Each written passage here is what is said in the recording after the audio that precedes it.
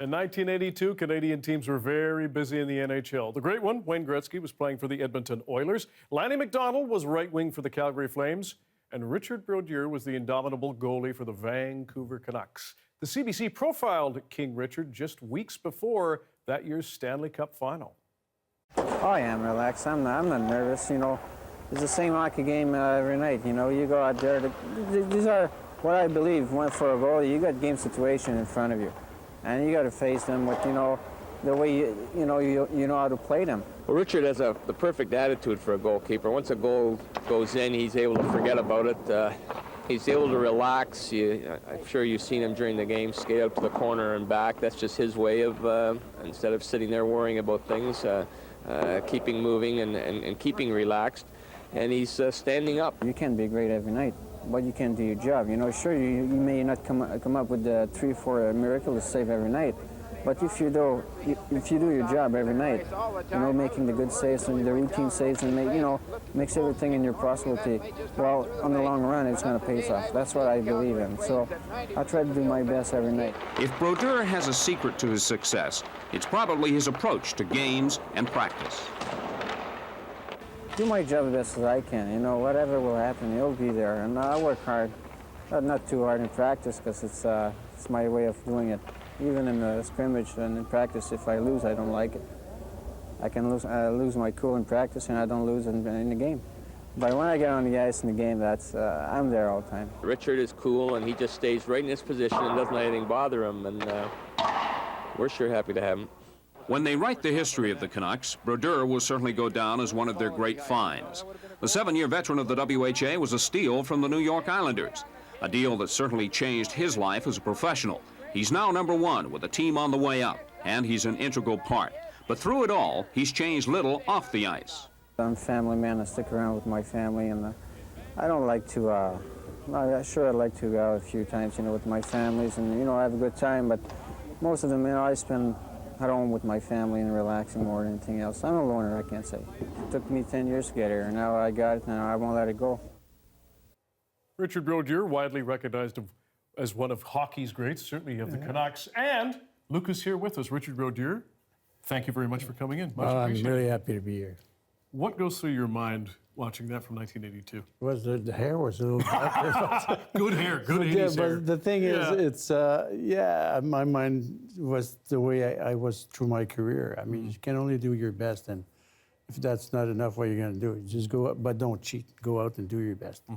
And that was, Roger Nielsen was a great coach, and it was nice to see him on the picture there, because, he's been a big influence on a lot of guys in the game. And that bunch of wild and crazy people that we had on that team, we still talk to each other, and we're still very close, because that was a team that we didn't care about other team. We just, we care about each other, and we put out, and we even fought in practice on our team, and then after the guys go for a beer together. So that was the type of team we had, and it was such great memories.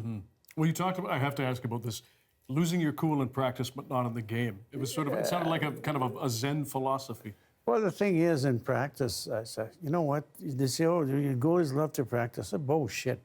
You're going to face 500 shots in practice, and you're going to say, oh, I like that? No, I mean, so there's always a young guy that comes in and wants to shoot at your head, try the top corner, whatever. Come on now, kid, just keep it down, right? So I would get mad at them, and I even, what's a kid named Kulak. 3 times he went in practice up. The 3rd time, I just throw my stick at him like the helicopter. I hit him in the back of the head.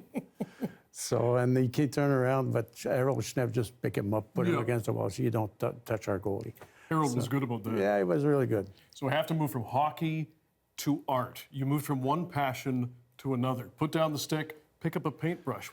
How did that come about? Yeah, well, that was, I really started I was 18 years old in high school in Cornwall when I played we won the Memorial World Cup there, but they put me in high school, I couldn't even speak English. And the first course in the morning was art. And then we go on the road, come back at 3, 4 o'clock in the morning, and then you're just like, you're sleeping. Then the teacher would say, oh, let's do this. And I would do it in about 5 minutes. Here we go.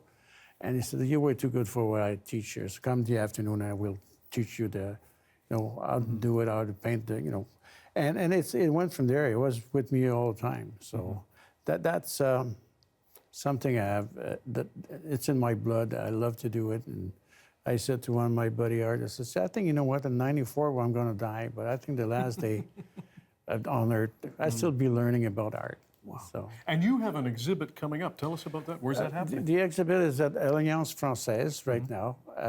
I'm there till Sunday. The show is there till the whole month of March. But And that's I'll in be Victoria, there. right? No, this one is in right on Cambridge Street at the Alliance Francaise. Then from there, I'm going to spend a month in Victoria at the Impress. I'll be artist in residence there and be working there for a month. So I'll be there from Thursday to Sunday every weekend. So it's, yeah, I'm pretty booked. So till next January, I have something every month. So When people come in and watch and see what you're Yeah. creating, what do you want them to take out of it? Well, the thing is, cannot please everybody. But if I put a smile on someone when they're looking at my paintings, well, I did my job. And there's always people say, well, there's different art, there's different art. There's a painting for someone somewhere. Doesn't matter if you don't like another artist the way he paints, but you know what? It doesn't matter. Someone will buy him because someone will like it. Richard Brodeur, from hockey to painting, we really appreciate you coming in. You used to be young and crazy, now we're just crazy. Noel, thank you very much. Thank you very much. Cheers.